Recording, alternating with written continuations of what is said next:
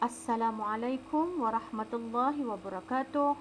Bertemu lagi cikgu pada minggu ini bagi kelas Bahasa Melayu tahun 6 dengan tajuk Seronoknya Keluarga Amar.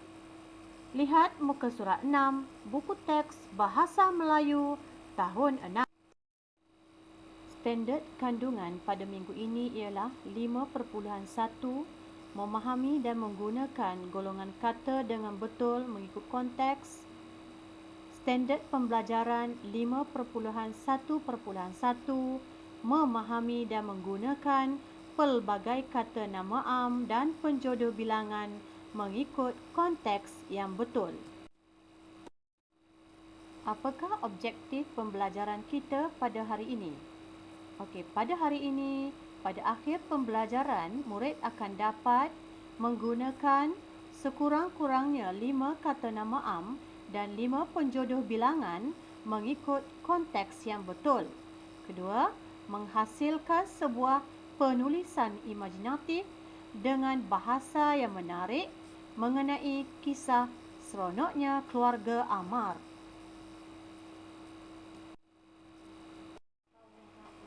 Sebelum kita kenal pasti kata nama am dan penjodoh bilangan, mari kita baca petikan Seronoknya Keluarga Amar. Kita akan bacakan perenggan yang pertama diikuti dengan pengakhiran cerita. Selepas itu, kita akan kenal pasti penjodoh bilangan yang terdapat pada keempat-empat gambar ini. Mari kita baca bersama-sama. Keluarga Amar sering melakukan aktiviti rekreasi pada hujung minggu dan musim cuti sekolah.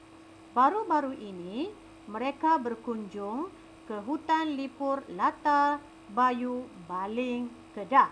Itu ialah perenggan yang pertama. Pengakhiran cerita. Perkelahan tersebut bukan sahaja menggembirakan, tetapi juga mengeratkan hubungan kekeluargaan. Amar dan Irfan berasa sungguh seronok kerana dapat beriadah bersama-sama dengan keluarga. Sebelum kita pergi lebih lanjut lagi, mari kita lihat apa itu kata nama am. Kata nama am ialah kata yang digunakan untuk menjelaskan nama sesuatu yang bernyawa seperti orang, haiwan dan sesuatu yang tidak bernyawa seperti tumbuh-tumbuhan, tempat, benda dan sebagainya. Dengan kata lain, perkataan nama am digunakan bagi menyebut sesuatu secara am atau umum.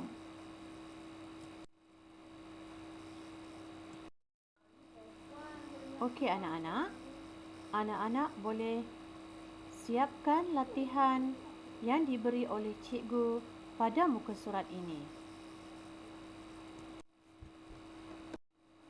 Mari kita lihat pula apakah yang dimaksudkan dengan penjodoh bilangan. Penjodoh bilangan digunakan sebelum sesuatu kata atau nama yang menunjukkan jumlah atau bilangan. Kadangkala kata bilangan disertai penjodoh bilangan seperti batang, buah, ekor, orang dan sebagainya. Contoh, bagi kegunaan seperti buah-buahan, benda-benda yang bulat dan benda-benda yang kecil, kita gunakan penjodoh bilangan biji. Okey. Boleh tak jangan bising? Okey murid-murid, mari kita lihat aktiviti yang pertama pada muka surat 6, gambar yang pertama. Penjodoh bilangan yang boleh kita lihat pada gambar ini ialah sebuah. Okey, sebuah. Kata nama amnya ialah kereta. Okey, anak-anak perlu membina ayat menggunakan perkataan penjodoh bilangan sebuah dan kereta. Okey, yang kedua iaitu penjodoh bilangan ekor dan kata nama ayam.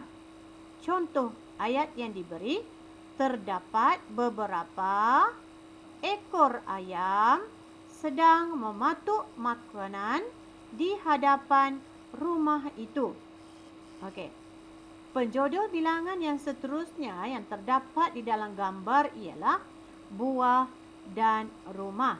Sila bina ayat yang lengkap bagi gambar yang pertama ini.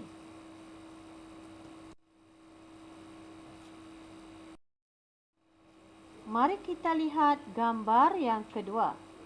Gambar yang kedua, terdapat penjodoh bilangan sebuah kamera.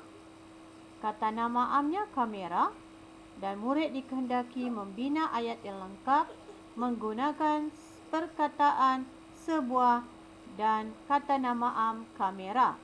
Kita lihat penjodoh bilangan yang seterusnya iaitu kawan dan kata nama amnya burung. Murid-murid boleh menggunakan ayat yang telah cikgu sediakan. Kelihatan sekawan burung sedang berterbangan di awan. Penjodoh bilangan yang seterusnya ialah kelompok dan kata nama amnya ialah awan. Murid-murid boleh membina ayat yang lengkap menggunakan perkataan penjodoh bilangan kelompok dan kata nama awan. Bagi gambar yang ketiga, murid-murid dikehendaki membina ayat yang lengkap menggunakan penjodoh bilangan dan kata nama yang telah cikgu sediakan pada muka surat ini. Bagi gambar yang keempat, murid-murid perlu menyiapkan ayat yang betul berdasarkan penjodoh bilangan dan kata nama yang diberi. Contoh, penjodoh bilangan sebatang dan kata nama sungai. Contoh ayat yang diberikan di sini ialah keluarga Amar bermandi-manda di sebatang sungai yang jernih airnya.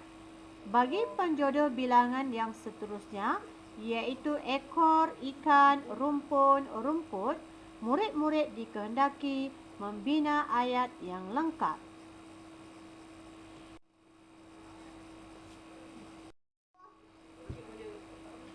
Okey murid-murid, bagi aktiviti yang kedua, murid-murid diminta menulis karangan yang lengkap berdasarkan aktiviti 1, iaitu berdasarkan gambar yang pertama, kedua, ketiga dan keempat, yang mana murid-murid membina ayat berdasarkan penjodoh bilangan dan kata nama yang diberikan oleh guru.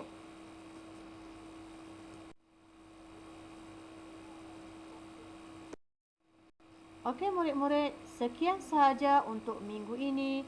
Jumpa lagi pada minggu hadapan. Bising masuk.